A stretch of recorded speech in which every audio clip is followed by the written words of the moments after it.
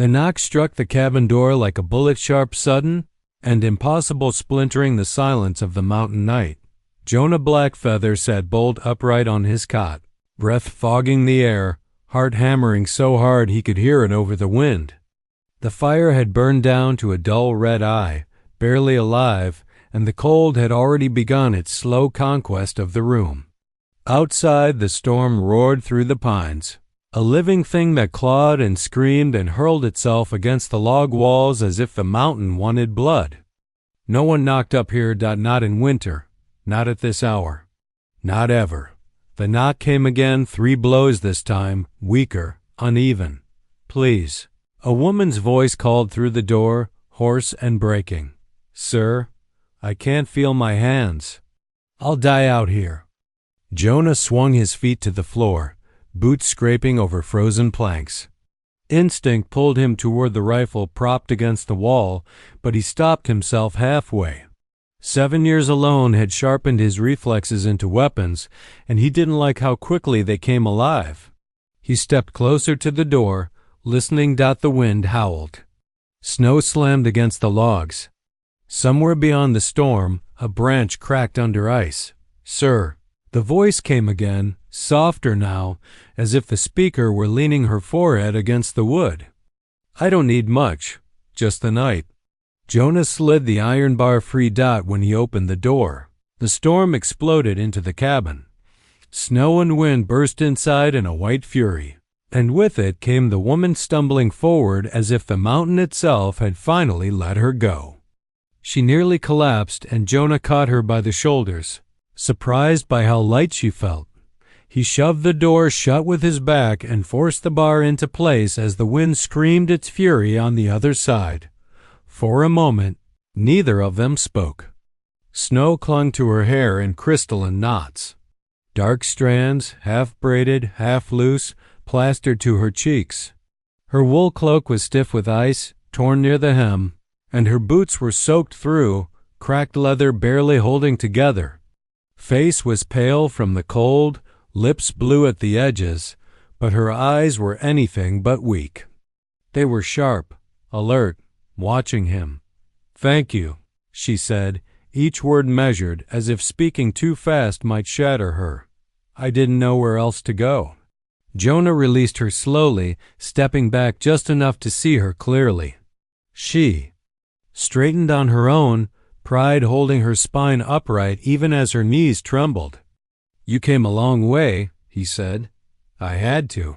He studied her the way the mountains taught men to study storms. She was Apache. He knew it immediately, not from dress or markings, but from bearing. From the way she stood like the world might strike her again at any moment, and she was ready for it. "Sit," he said, nodding toward the fire. "You're freezing." She hesitated just a breath, then moved closer to the hearth.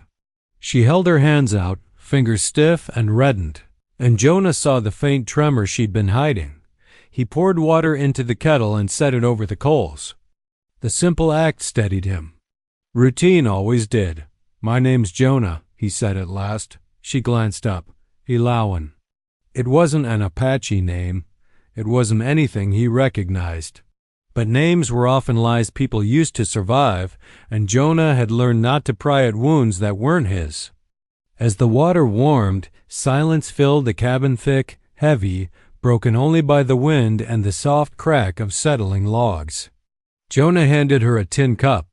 She took it with both hands, careful, as if afraid it might disappear.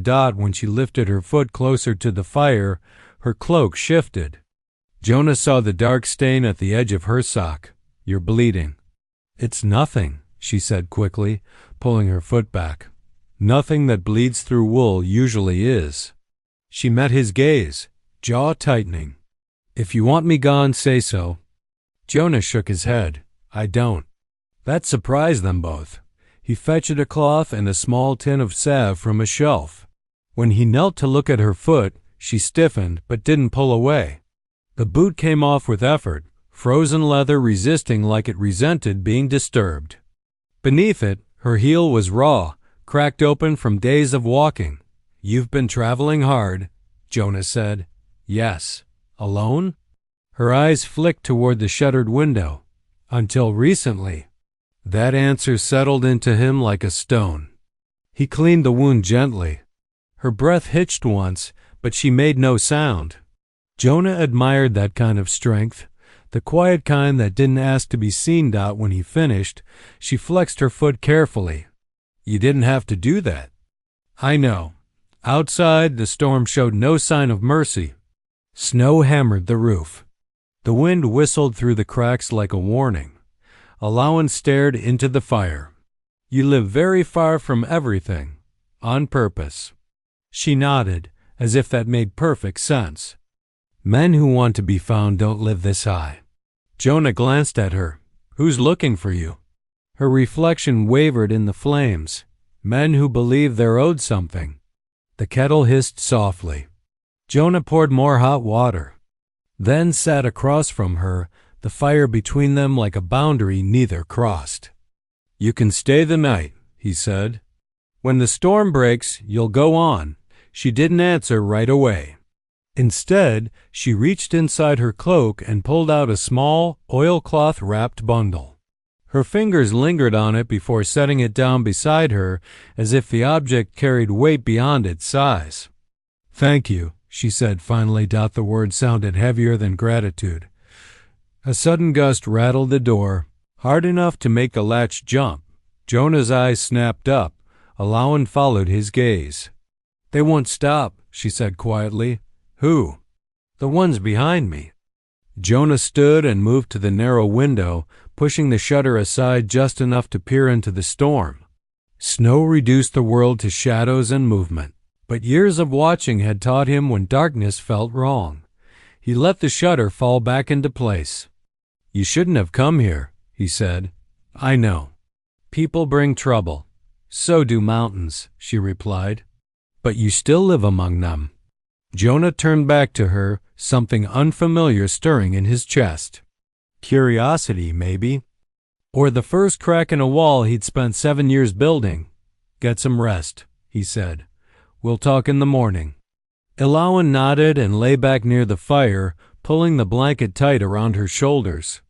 Within minutes, her breathing slowed, but Jonah knew better than to believe she truly slept. He sat at the table, rifle across his knees, listening to the storm and to the subtle rhythm of another life sharing his cabin. Somewhere beyond the walls, the mountain watched Dot, and somewhere in the dark, Jonah felt certain something else did too. Morning did not arrive so much as it crept in, pale and cautious, filtering through the frost-clouded window like a stranger unsure of welcome. Jonah had not slept. He sat at the small table with his rifle laid across his thighs, listening to the storm's slow retreat and to the quieter, more dangerous sounds that came after branches shedding ice, snow settling, the mountain exhaling. Alawan stirred before dawn fully broke. She sat up in one smooth motion, already alert, eyes finding Jonah as if she had never truly stopped watching him. You didn't sleep, she said. No, Jonah replied. Outside. The wind had softened to a low moan, but the cold remained vicious. Jonah rose and pushed the shutter aside. The storm had buried everything. Snow lay piled halfway up the cabin walls, sculpted into sharp drifts by the night's violence. Then he saw them. Tracks. Fresh. Too deep to be old. Boot prints cutting through the powder in a wide arc around the cabin, circling once, twice testing. Jonah's jaw tightened. They came, Alawan said behind him. It wasn't a question. Yes. How many? 3, maybe 4. She closed her eyes briefly, absorbing it. When she opened them again, there was no panic there, only calculation. I didn't mean to bring this to you, she said. Jonah turned from the window. You didn't know where you were knocking. I knew you were alone. That made him pause. How? I watched the cabin for 2 days before the storm trapped me. No smoke trails except one. No horses. No voices. Jonah studied her more carefully now, not just as a woman in trouble, but as someone who noticed things.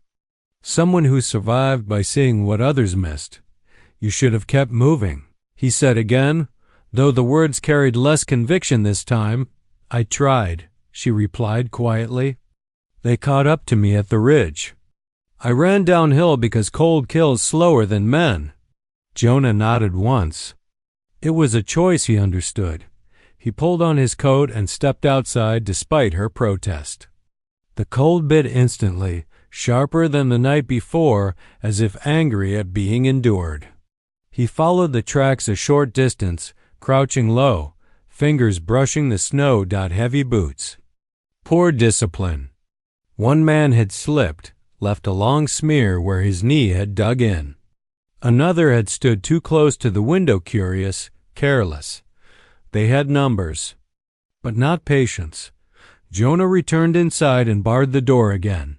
They'll come back, he said. Not in daylight. They'll wait. Ilawan nodded.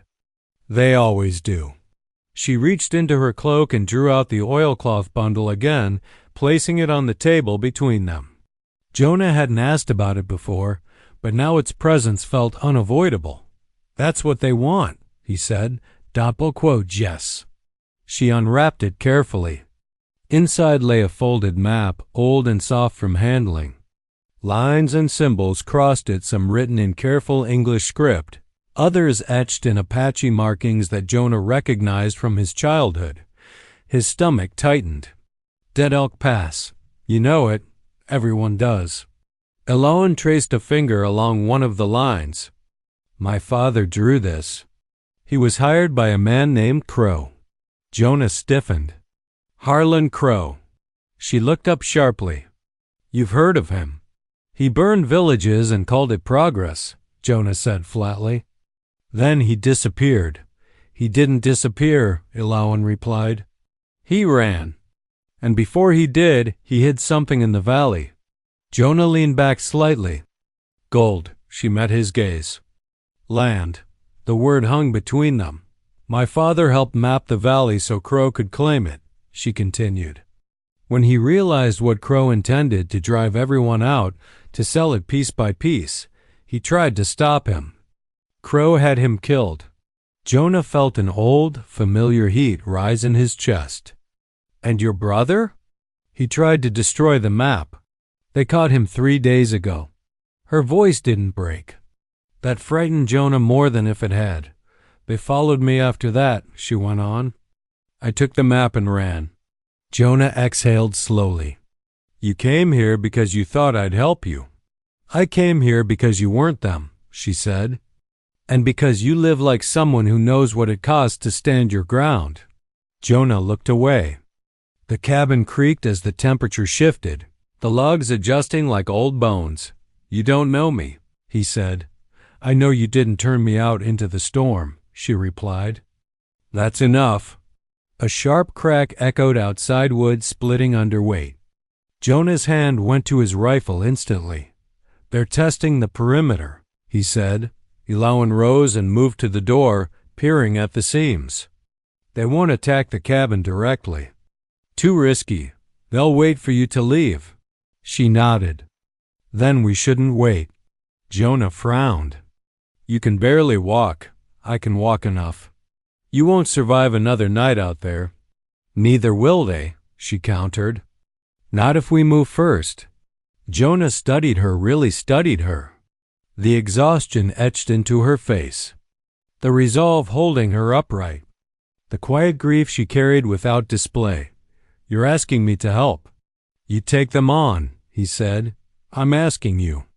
Not to let them decide what happens next, she replied. Jonah thought of the tracks circling his cabin, of men who believed mountains and people alike were things to be claimed.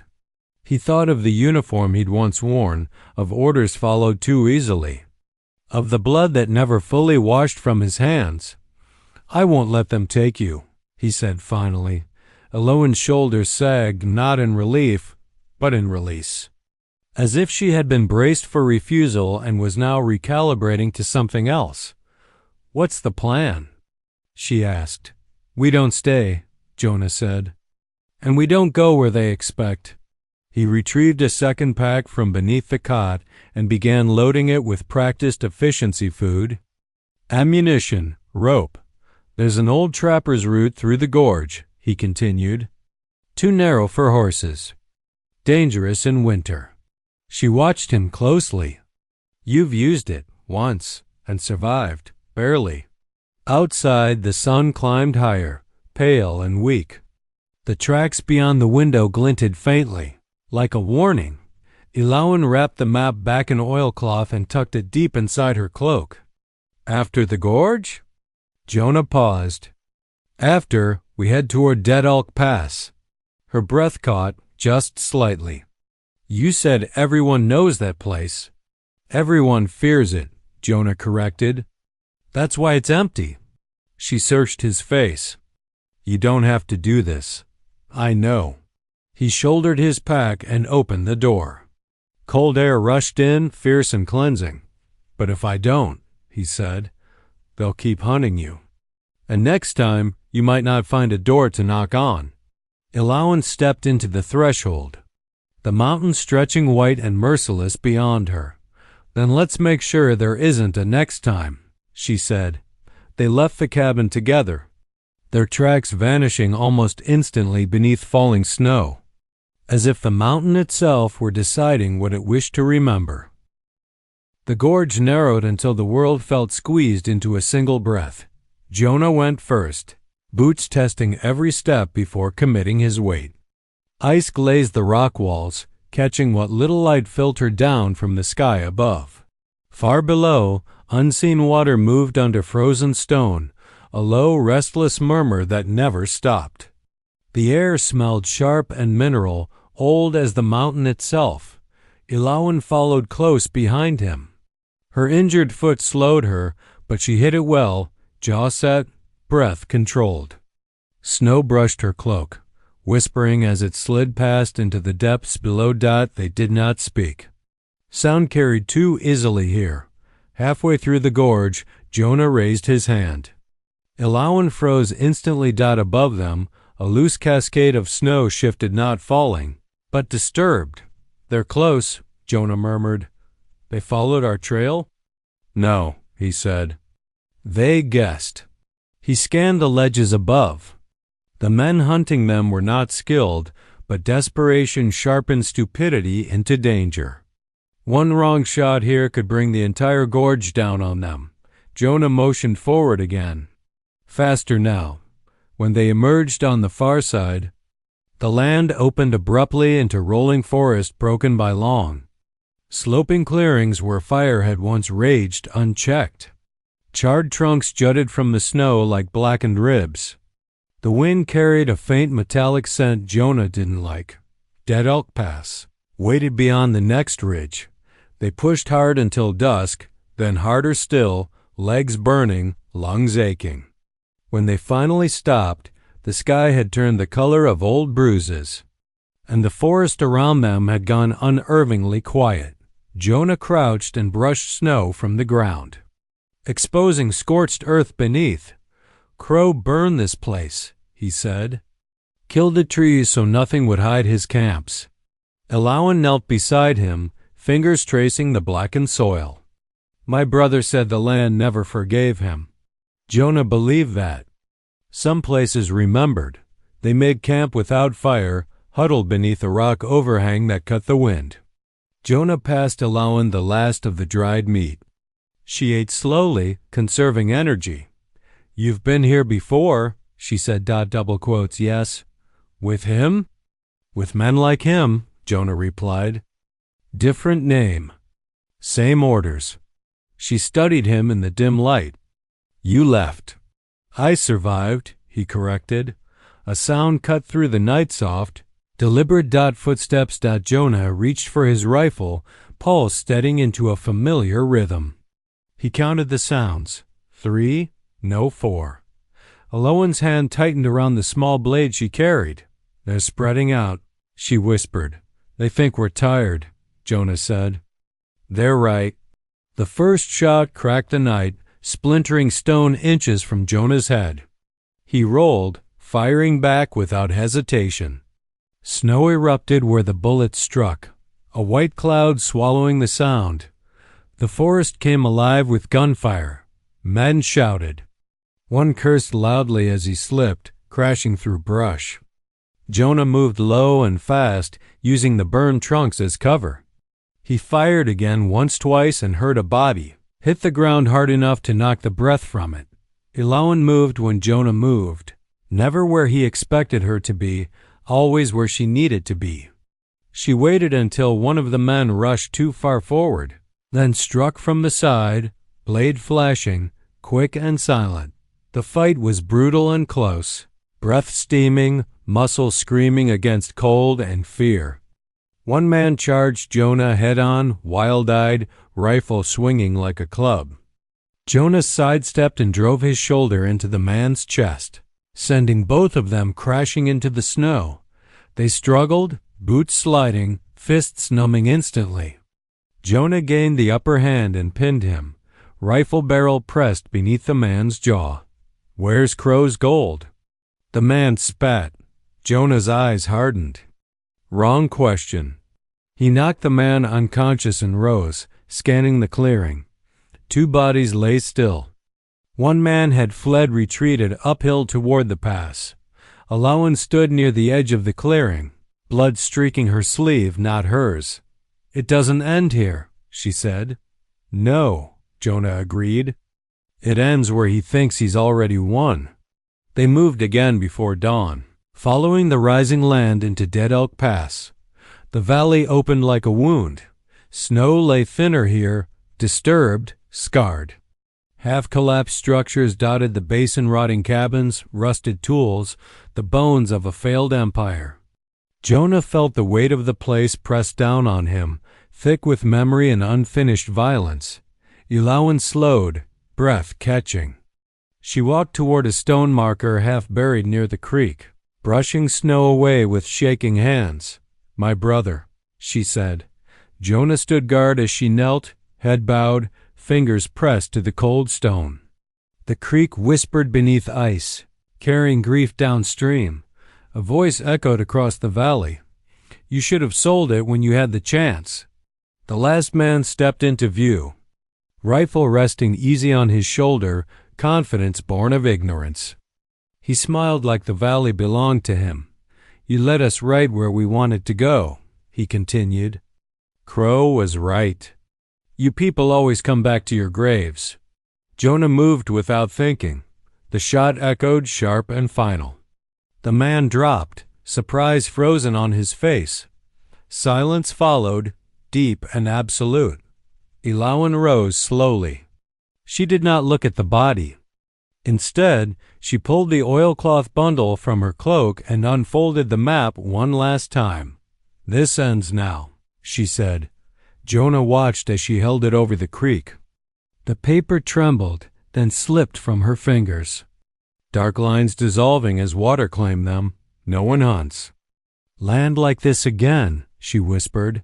Jonah felt something loosen in his chest, something he hadn't known was still. Tight. They buried the dead before leaving. No markers. No names dot as they climbed out of the valley. The sun rose fully for the first time in days, casting light over the scars. Over the land that would outlast all of them. Ilawan paused at the ridge and looked back once. "It's finished," she said. Jonah nodded. "For them." They turned away together, the mountain watching in silence as it always had, patient enough to wait for healing. They did not hurry when they left Dead Elk Pass. The urgency that had driven them for days loosened its grip, replaced by a careful, almost reverent pace. The land seemed to demand it. Snow softened under the growing strength of the sun, turning brittle crust into quiet give. Meltwater traced thin silver lines down the slopes, whispering over stone as if the mountain itself were speaking again after a long silence. Jonah felt the change in his bones before he noticed it anywhere else. The constant tightness in his shoulders eased. His breath no longer caught every time the wind shifted. For the first time in years, he walked without feeling hunted by men or memory. Ilawan limped more openly now. With the danger past, there was no reason to hide pain. Jonah noticed and slowed without comment, adjusting his stride to match hers. She did not thank him. They had passed beyond that kind of exchange. By the second evening, they reached the high ridge overlooking Jonah's cabin. Smoke curled thin and steady from the chimney. Ilawan stopped short. "You left a fire burning?" Jonah nodded. "Banked low. It'll keep for days." "You plan to come back," she said. "I hope to." They descended together as dusk settled, the cabin emerging from the trees like a remembered dream. The door stood exactly as Jonah had left it. No new tracks marred the snow around it. The mountain had kept their secret. Inside, the air smelled of old wood and ash. Jonah rebuilt the fire, coaxing flame from embers that glowed stubbornly alive. Warmth spread slowly, deliberately, reclaiming the space. Ilawan sank onto the bench, exhaustion finally taking its due. Jonah tended her foot again, cleaning and rewrapping the wound with practiced care. This time, when his hands brushed her skin, she did not tense. "You could have left," she said quietly. "After the valley, I know. Why didn't you?" Jonah considered the question longer than she expected. "Because staying feels different now." She watched the fire. "Different how?" "Like it's a choice," he said. Not a sentence. The cabin fell into a companionable silence, broken only by the fire's soft crackle and the distant sound of water moving beneath ice. Outside, night settled gently, without threat. They slept deeply. In the days that followed, winter loosened its grip inch by inch. Jonah repaired what the storm had damaged. Ilawan helped where she could, her movements growing steadier as her foot healed. She cleaned, organized, learned the rhythms of the place as if she had always belonged to them. They spoke more now, not about the chase or the valley, but about smaller things. Jonah told her about the seasons here, how the mountain changed its moods. Ilawan spoke of her mother's people, of stories passed down not in books but in breath and firelight. One morning, Jonah returned from checking his traps to find Ilawan standing at the door, gazing out at the trees with a look he had learned to recognize. Restlessness. "You're thinking of leaving," he said. She nodded. "Spring will open the lower trail soon. I can reach the river settlements." "You don't have to go," Jonah replied, surprised at how easily the words came. "I know," she said. "That's what makes it hard." He leaned against the doorframe. "What are you looking for?" She thought for a long moment. "A place that doesn't ask me to keep running. Or hiding." Jonah gestured to the cabin, the mountains rising beyond it. "This place doesn't ask much." Ilawan smiled faintly. "It asks honesty." Jonah accepted that. He had learned the mountain demanded truth whether a man offered it or not. Days turned into weeks. Snow retreated into shadows. The creek sang louder each morning. Life asserted itself quietly, stubbornly. One afternoon, a pair of travelers passed along the lower ridge far enough away to be harmless, close enough to be noticed. Jonah watched from the porch until they vanished among the trees. They didn't come up. Ilawan said. "No reason to," Jonah replied. "The pass has a reputation. Will it always?" "Maybe," he said. "But reputations change slower than land." That night, Ilawan unbraided her hair by the fire, fingers moving slowly, thoughtfully. "My brother believed the land keeps score," she said. "That what is taken wrongfully is never truly owned." Jonah poked at the fire. He was right. She looked at him then, really looked, as if seeing past the man he had been forced to become. "And you?" she asked. "What do you believe?" Jonah stared into the flames until the answer surfaced, unguarded. "That surviving isn't the same as living, and that I'm tired of confusing the two." Ilawan nodded, as if he had confirmed something she already knew. When spring finally broke through in earnest, it did so with urgency. Snow collapsed into rushing water. Green pushed through blackened earth in the valley below. Birds returned cautiously at first, then boldly. Filling the mornings with sound, Ilawan stood at the edge of the clearing one dawn. Pack at her feet, Jonah joined her without speaking. "I think I need to see what's beyond the mountain," she said. "Not because I'm chased, because I want to choose where I stand." He absorbed the words slowly. "Will you come back?" She met his eyes. "If I leave knowing there's something worth returning to." Jonah nodded once. "Then I'll keep the fire lit." She smiled, not sad, not afraid. Just certain. They parted without ceremony. Ilawan followed the trail down the ridge, her figure growing smaller until the trees claimed her. Jonah watched until she was gone, then turned back to the cabin. The days stretched differently after that, longer, fuller. Jonah found himself working not to pass time, but to shape it. He repaired the fence line, cleared a larger garden, made space. Summer came quietly, carrying news on the backs of strangers who spoke of Crow's men disappearing, of Dead Elk Pass lying empty and untouched. No one pressed further. Some places earned their silence. One evening, near the end of summer, Jonah heard footsteps on the trail. He did not reach for his rifle. Ilawan emerged from the trees, sunburned, stronger, eyes bright with something that looked like peace. She carried no pack this time. "You kept the fire," she said, seeing the smoke. "I said I would." She stepped closer, stopping just short of the porch. "I walked the river towns. I spoke to elders. I buried my brother properly." Jonah swallowed. And I came home," she said simply. The words settled between them. Solid and true, they stood together as the sun dipped behind the ridge, casting long shadows across land that had known grief and now knew quiet. Winter would come again. It always did, but this time, when the snow fell and the mountain closed in, there would be a light in the cabin and 2 sets of footprints leading to its door. And the knock, when it came, would no longer sound like fear.